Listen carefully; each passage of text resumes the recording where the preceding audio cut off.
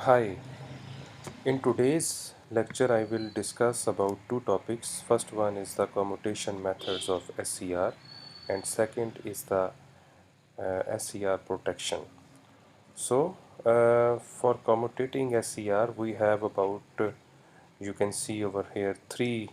methods. First one is the natural commutation of SCR, second one is the reverse bias commutation of SCR and third one is the gate turn of SCR. So what happens in the first method of commutation of SCR? Before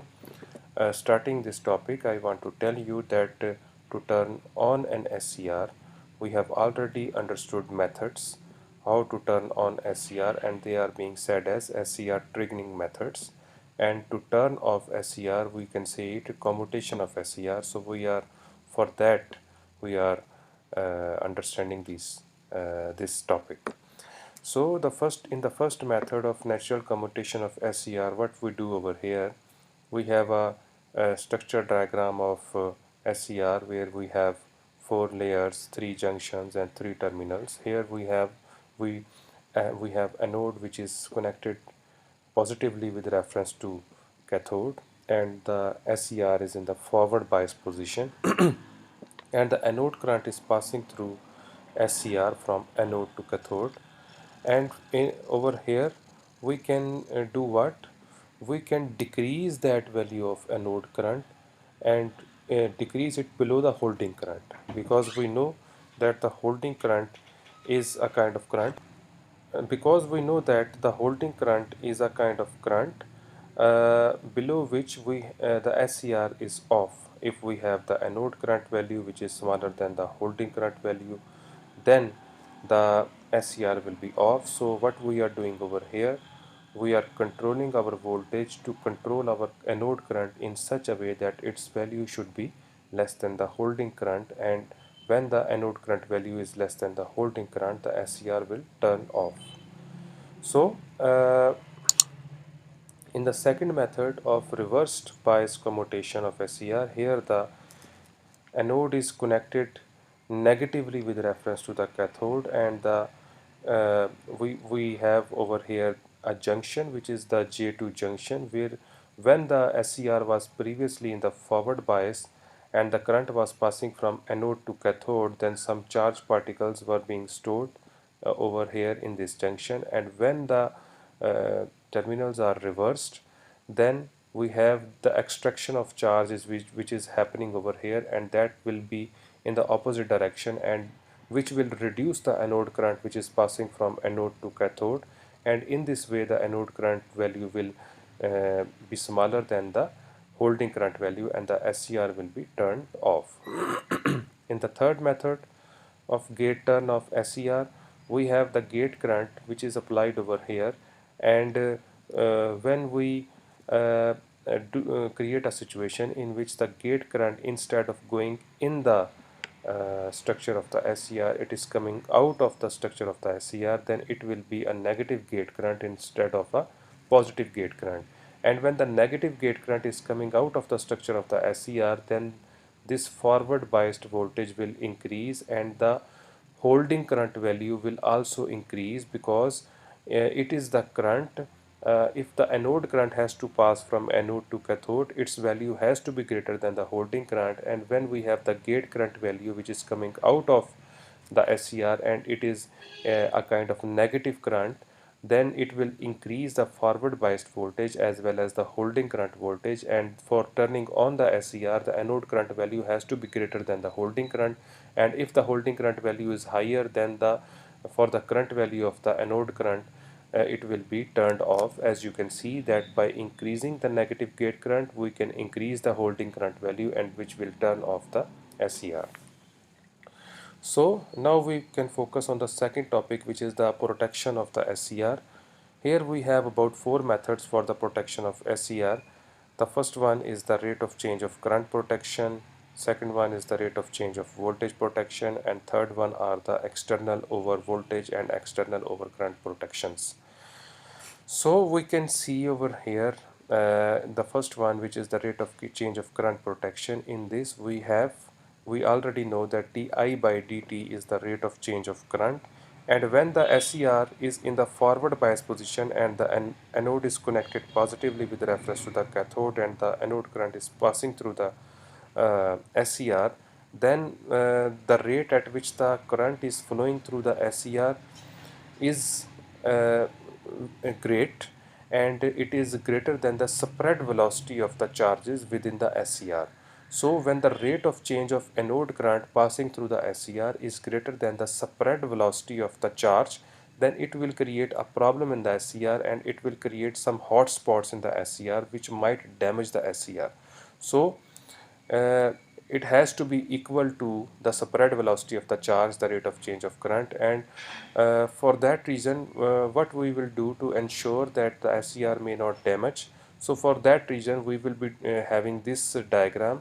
Here you can see this is the external voltage, this is the on off switch, and here we have the SCR, and we have connected a series inductor with the SCR, and then we over here a load. Forget this circuit, this will be discussed in the second topic. You just have to think about this circuit, which is this one, and this is the series resistance which is added in series with the SCR, and which is ensuring that the spread velocity of the charge within an SCR has to be equal to the rate of change of current or the greater than the rate of change of current, so that the current will spread in an SCR smaller than or equal to the spread velocity of the charges within the SCR, and it might not damage, and it will ensure the di by dt protection. Here you can see another justification in this regard. You can see that in an inductor the inductor voltage is related in such a way for the ohmic relation. You can see that inductor voltage is equal to the external voltage divided by the rate of change of current, and we can have this relation. And for our circuit over here, in order to ensure the the di by dt protection, the inductor's value which is being put in series with the SCR has to be greater than this relation, in which we have already known values of the external voltage and the rate of change of current. So this is the condition which has to be met in order to make safe the SCR from the di by dt rate of change of current, and to ensure di by dt protection. So in the second you can second topic, subtopic of this topic is dV by dt protection which is the rate of change of voltage with reference to time. And we know that to turn on an SCR the external voltage, if exceeds the forward bias voltage, then the SCR might be on, and in some cases if the external voltage happens to be for a short duration of time at a higher value, incidentally, or uh, uh, by a kind of, you can say it is an instantaneously small value which is not the actual value, and for only a small duration of time there is a higher value of the voltage which happens in the SCR by incident, then it might turn an SCR falsely. So in order to make an SCR safe from some kind of spikes of voltages of small duration which can fakely on an SCR, we have to employ a snowball circuit, which is a kind of circuit you can see in the above diagram, which is this diagram. You can see this is the kind of snowball circuit which is ensuring that dV by dt protection. Here you can see we have a capacitor which is ensuring the purpose of the capacitor is to ensure that the voltage might not change within the circuit, while the purpose of the inductor is that the current might not change instantaneously in the circuit. So in that snowball circuit we have a capacitor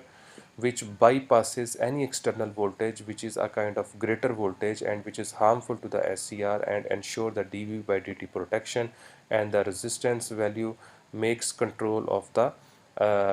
current which is passing through the circuit. So in this way, by employing a snowball circuit in parallel with the SCR which is having a capacitor and the resistance, we can ensure the dV by dt protection. The third protection is from the over voltage protection, and we already know about internal voltage protection, which is already we have protection for the di by dt and the dv by dt, and for that reason we have employed some snowball circuit for dV by dt protection, and some inductor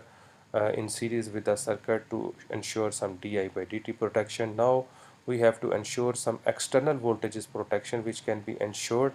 by connecting a fuse in series with the load.